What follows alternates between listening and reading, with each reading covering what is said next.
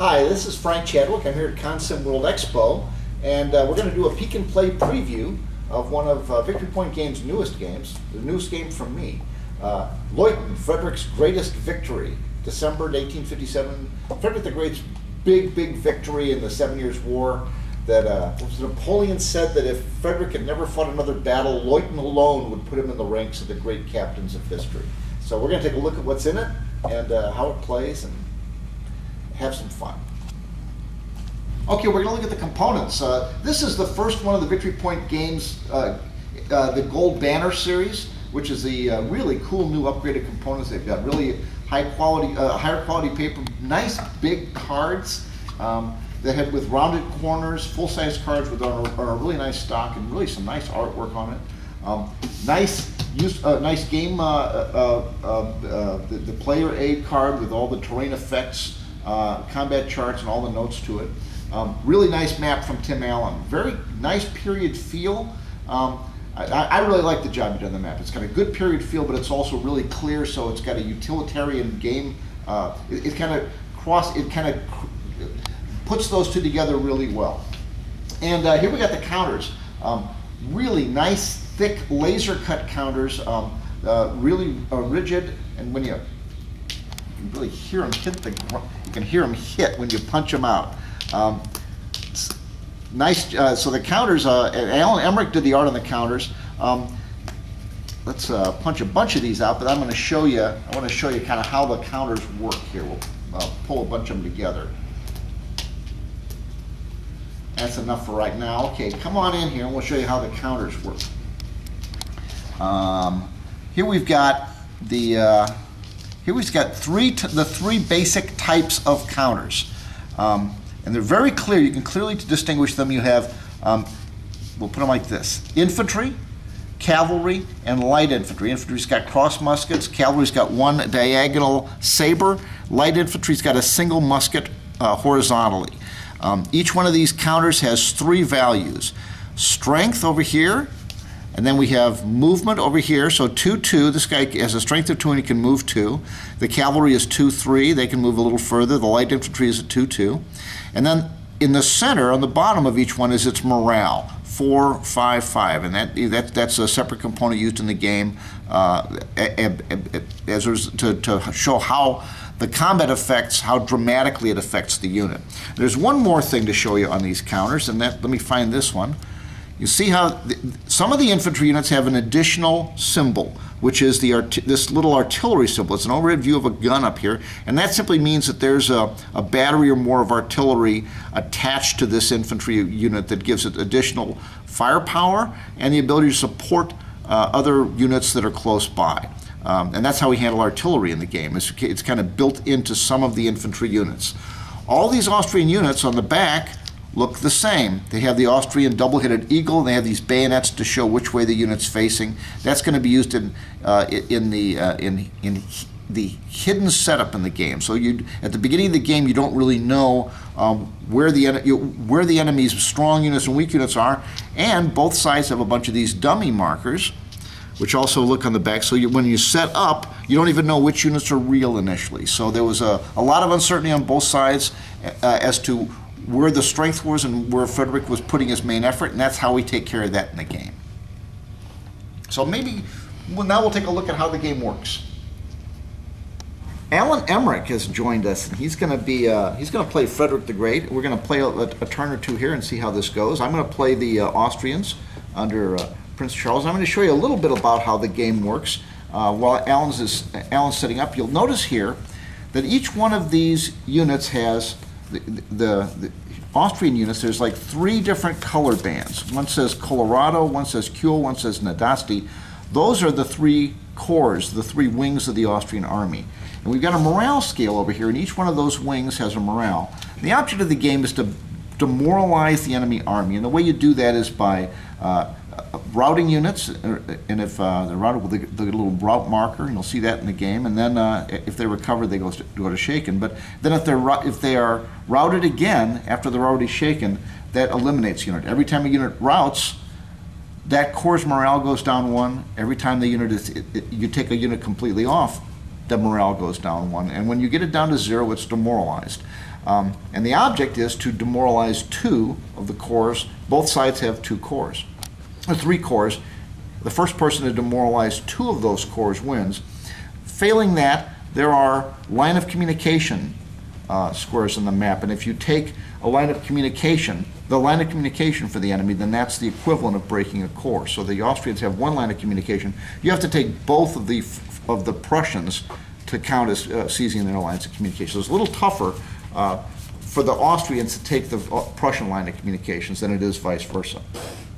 So we're going to set this up. Now the rules booklet shows the historical setup, and which is a really nice feature. We didn't really go through this, but the rules book's all in color. It's got some great color examples of play and everything. And then this is the historic setup where the unit's actually set up. If you want to do the historic setup, you don't have to. But the game setup shows the hexes where you put counters, your counters and the dummy counters, and they're all flipped over so the other side doesn't know. There's the exclusive rules with the setup. The exclusive that shows the setup, and that's what we're going to do here. Neither of us are going to know where the other side guy's stuff is, except for just the back side that shows just the nationality. And then, of course, there's the historical notes written by Frank. Oh yeah, they're really pretty good. Yes, turned out pretty well. You know your stuff, Frank. Yes, thank you. All right, let's set up. Okay. I believe the Austrians set up first. Mm-hmm. The restriction is you got to keep each of your groups together in a mass. You can't mix units in the corps together. They got to hang together with each other. And that's a restriction the Prussians don't have, because the Prussians kind of hardly have any. They are really outnumbered at this battle, and they're attacking. So we at least let the Prussians spread their troops out a little bit more than the Austrians. So you get all 15 of your units, including 3 dummies. Mm-hmm. On their hidden side, and the different corps must deploy together. So one must be in the center, one must be to the left of it, and one must be to the right. While you're doing that, let me get some of my guys out. Let's see, we start on this hill.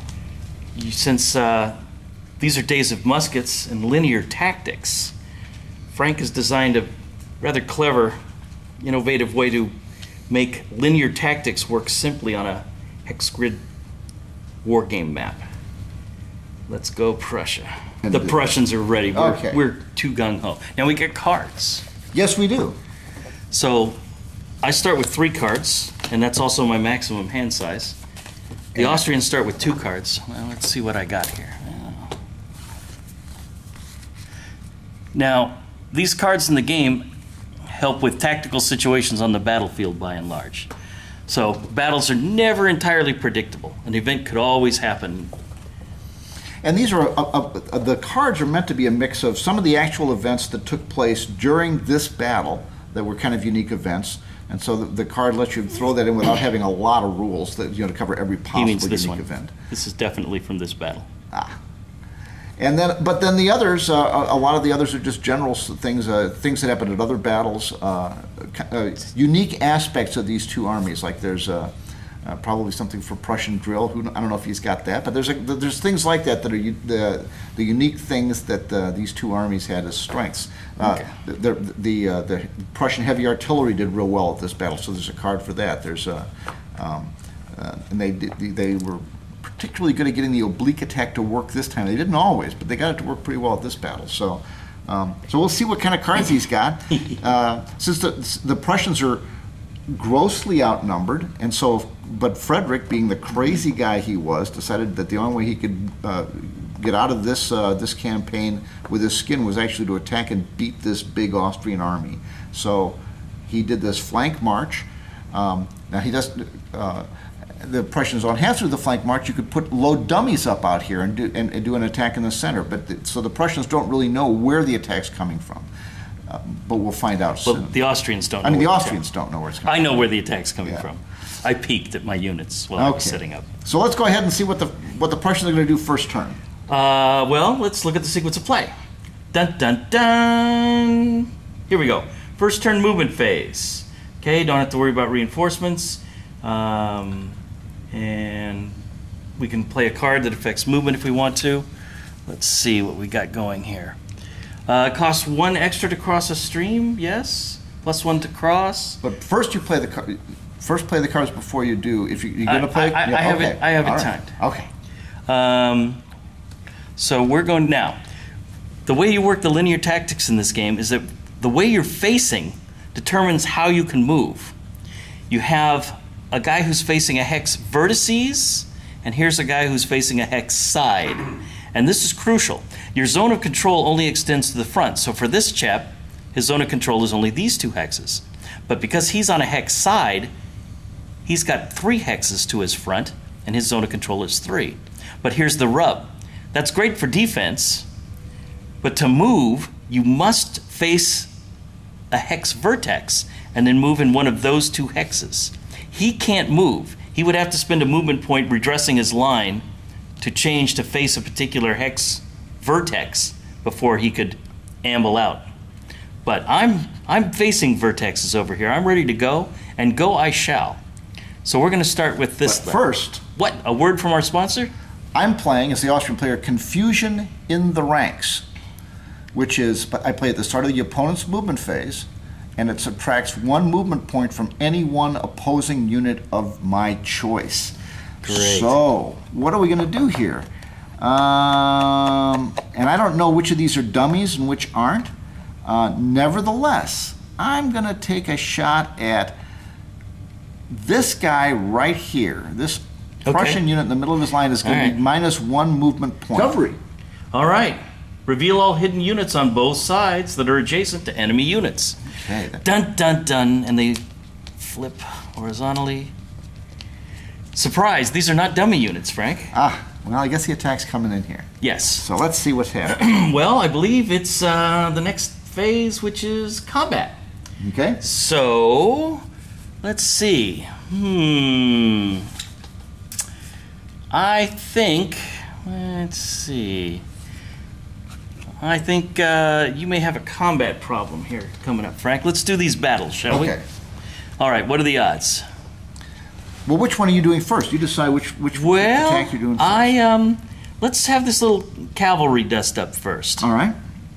Okay, So I've got 2. Dreesen's cavalry division is attacking up the hill at O'Donnell's Austrian cavalry. Okay, so the hill bonus is -1 attack strength for attacking upslope only. with or downslope for cavalry. You do have it in this game. Yeah, it is very difficult for cavalry to move down slope. So normally it's -1 attacking uphill, but for cavalry it's uphill or down. Okay, so now my strength is 1 and your strength is 1. So the differential is 0. That's correct. Okay, unfortunately for you, you're faltering. Oh no, what does that do? Yes, well, it says that 1 of the opposing units loses 1 strength point for this attack only. So that sort of stuff happened. Unfortunately, you're faltering also. Oh no! But my guys are Prussian. Even they faltered. That doesn't count? That doesn't count. Okay. So there's no. So it's like tennis. It's a double falter. Yes, it is. Okay. All right. Then we so grab we remain at no differential. We grab the 6-sided stunt die Yes. because a VPG die is a little small for this. So we got a stunt die that you can see, and we roll on the 0 column. A 1. And we roll a genius die roll of 1. Yeah, you're good at this. This is how you play this game. You roll a 1. All right, and it says DR with a -1 morale modifier. No, we're at even. Oh, we're at even? Oh, yes. Then it's well. Because that's called cheating, and I'm good at that too, right? But this is just a DR, so you get to retreat. So I retreat 1 hex. Yes, you do. And I'll go right here. Okay. Now I have to go toward my line of communication if possible. Right. You can retreat onto it, but then you have to keep retreating. So I'm just going to go here. Okay. Now, I have the ability to advance and change facing for free. That's correct. So I think we'll do the free facing change and make sure that everything's. Now, but Well- after I retreat, I have to take a morale check. Yes, but there's no modifier. You know, I'm not going to face that way. I believe I'm going to win this battle. So let me face this way, and I'm going to protect my flag. Act as though it were impossible to fail. That's my motto. So here we go. You get a morale check. Yes, I do. Now, some of these results have a minus. The worse you lose, all that ever happens in this game is you retreat with a morale check. But the worse you lose, the worse the morale modifiers are. And if you blow your morale check, then the unit routes, and that's a bad thing. Now, as it is, O'Donnell's cavalry is a 5. That's my morale. They're pretty good. So they're pretty good. There's no modifier, so I'm just shooting for a straight 5. A 5 or less, and I pass. If I roll higher than my morale, though, I fail. I rolled a 2, so I pass. So O'Donnell has no further effect than just being retreated. Yeah, this time. Yes. Okay. Okay. So that's the end of that battle. Next battle. Next battle. Now, do I have to attack this guy? I forget. Combat's mandatory. Yes. Okay, we'll crush this guy though with these good folks. As we look up the rule to make sure that we're playing correctly. Since we've been playing so many games here, let me make absolutely sure. Yeah, we are at Consum World, and we have been playing games like nonstop, round the clock, and you don't want to get a rule confused on. Attacking is completely voluntary in this. Is it now? Yes, it is. Well. So you don't have to. Nah, that's okay. You got a pretty low morale here. I think I can crack you. So I have 3 attacking 2, which gives me a +1. And with another. No card for me. I'm carded out here. So let's see what we can roll. +1, a 4 on the +1 table is no effect. Well, the Bavarians actually stood there and took it. Well, there's one for the record. I wasn't going to have the shot not taken. Oh, wait a minute. I got 1 extra strength for the cannon. Oh, you're right. So guess what? Now it's a DR. Oh. So go ahead and retreat. And So retreat. Do your little morale check. So he has to go to here. Right. And now he does a morale check, and he's a 4. Yes, he is. He rolled a 1, though. Man, that's so too he's good. a happy camper. Okay, He's a happy Bavarian. now I can advance and change facing. That's correct. All right. I will do that. And now we're going to wipe this guy out. Well, that you hope. Watch.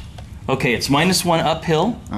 So I got 3 and 4 is 7, and I have 2 cannons. Okay, that's 7, 8, 9. And you have 3 plus a cannon is 4. 4. That's +5. Okay. It's going to be hard to lose at +5. Right. All right, let's try not to embarrass ourselves, lads. Roll a 1 now. Ah! 6. No! Okay. Doesn't matter. You still retreat. But I retreat into a zone of control. Yes, you do. That turns so it's an automatic route. Automatic route. So there you go. We'll go back, boom, boom, and we'll go back to here. And have a route marker. And have a route marker. On me. Actually, it's on you. Me. Yes. And that's Nadasti's core. So Nadasti's core takes a ding. Takes a ding on morale. It goes from a 3 down to a 2. Good. That's what we like to see. That's not. All right. And now we advance gloriously. We'll push these guys up. And we can hold that vertex, I think. All right. The attack is on. Okay, and that's the end of the Prussian turn. It's now the Austrian turn. Right? Let's make sure. I have an administrative phase. Yes, okay. Remove all revealed dummy markers. Check core morale in case they crack. Discard cards and then draw as many as required to fulfill your hand. I am going to discard this, and I'll draw 2 more cards. All right. So these guys are out of play. Let's see what we got here. Well, we had that one before. Aha! We can use that pretty quick. And yes. Now you notice how I take you into my confidence and share my units and cards with you. Not like some opponents. Okay, now I have to see what I'm going to do here. This is he actually crumbled up my left flank pretty historically. He's already beating on the gates of Leuthen village. What do I have here in Leuthen village? Okay, so we'll turn this guy. What are we going to do here? We get a free facing change to here. I'll take another point. Before we do that, let's move this guy out of the way. You can always move 1 hex in any direction. So we're going to move him over there. We're going to turn this guy, take another, we'll move him to there. Sure. What about this guy? This guy we will move to here. That's our facing change. That's our movement. And You're just asking for trouble. yes, I am. Okay. Because trouble's my middle name. All right. And this guy will move to that's a free facing change. 1. 1, 2. Aha. This fellow, Would free you- facing change. Yeah.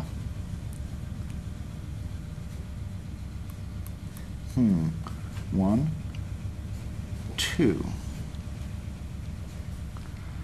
I think these are all dummies. I don't think he's got anything out here. I'm not going to worry too much about those guys. Or it's a double envelopment. It could be that. It could Okay. be that. You're walking right into this trap. Free facing change, and then we'll go 1, 2. Free facing change, 1, 2. Free facing change, 1, 2. Free facing change. Better hold that down. Yeah, we're gonna hold that down. This guy's on already. We've got a guy up here on the hill. Oh, that was a mistake. Gee, I wonder if that's a real unit. Yes, I wonder. I wonder. It's a free facing change. We're going to take another facing change and move to here. Okay. Free facing change. We've already got him like this, so we'll just. There goes your hill. Yeah. You'll never get over that. We're just gonna turn him like that and hold that hill. Okay. Okay, that's movement. What do we got next? Reveal dummies. Reveal dummies. That's me. Oh. Discovery. All right. And these two. Oh, yeah. revealed Watch as this. Whoops. well. We don't, take We don't it down. remove that till the combat phase. Okay. One more battle. Yes. So we're going to do. I don't think we're going to attack these guys on the hill because I don't like my odds there very much. But we are going to attack this guy. We're going to pound this guy as well as we can. Okay. I have 3, 4, 5, 6 because of the artillery supporting them. And I got 3, 4, 5. So I'm only +1. Correct. I'm only +1. But our hearts are pure. And your die rolling is stinky. Not so good. Attacker retreat. Oh my. Oh, Frank. This is going to be a short game. But it's a Yes, demonstration. this is the last demonstration turn. And so this guy will go back to here.